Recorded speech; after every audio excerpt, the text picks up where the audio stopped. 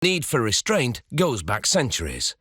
Handcuffs were originally a loose device until 1862, when adjustable ratchets were added. They allow the cuffs to snugly grip the suspect's wrists. When a crime is committed, a slap on the wrists usually isn't enough. It's time to handcuff them. When they put the handcuffs on, you know you're in a tight situation. Handcuffs start with a roll of steel. A machine pulls it through a straightener and then through a die that punches out a handcuff frame part. A revolving barrel cage sifts out the waste and kicks the frames into a bin. Here, a worker stacks U-shaped steel parts on a fixture, which he then clamps into a machine. A cutter makes ratchet teeth in the parts. Coolant keeps the tool from heating up and getting too soft to do the job. Each set of handcuffs will have 2 of these ratchets. Next, they load steel rods into a slowly revolving device. It moves the rods through a series of cutters. This is how they make swivels for the handcuffs. They round the tips of the rods and then carve necks below. This tool slices the swivel to the proper length. And then the partially finished swivel falls into a basket. Next, a drill works on the rounded tip, scooping out the center. And now you have a finished swivel. They take 2 chain links and 2 swivels. They make a small chain, 2 links with swivels on the ends.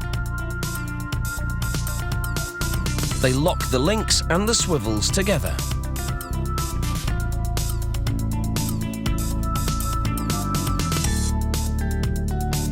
And now the swivel link assembly is complete.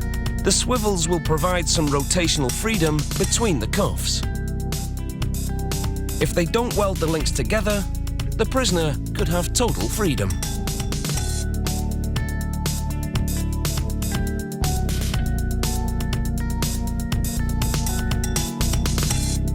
It's time to assemble the handcuffs. They install studs in the outer framework and attach the ratchets to them. The swivel link fits into the little grooves in the framework.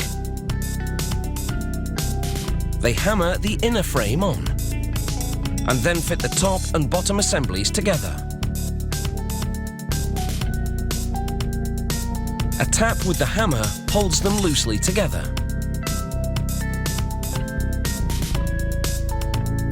Then a press bears down to make a tight seal. These cuffs look complete, but they aren't quite ready for a life of crime. They need to be toughened up. So they spend 25 minutes in a furnace, and the searing heat hardens the steel.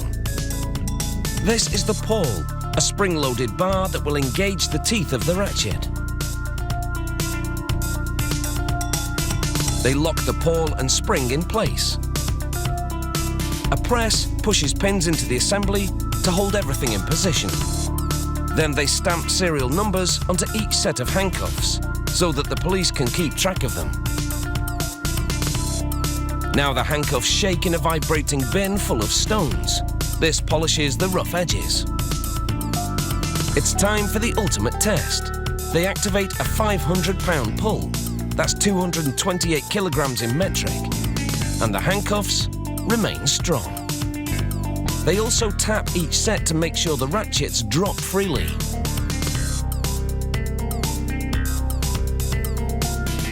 Handcuffs are temporary restraints, and most can be opened with a universal key.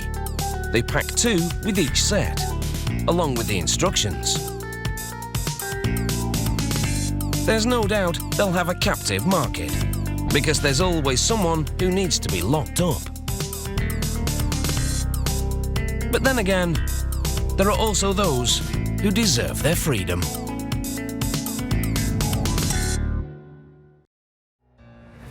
never slow up, no I don't take shit, I got no love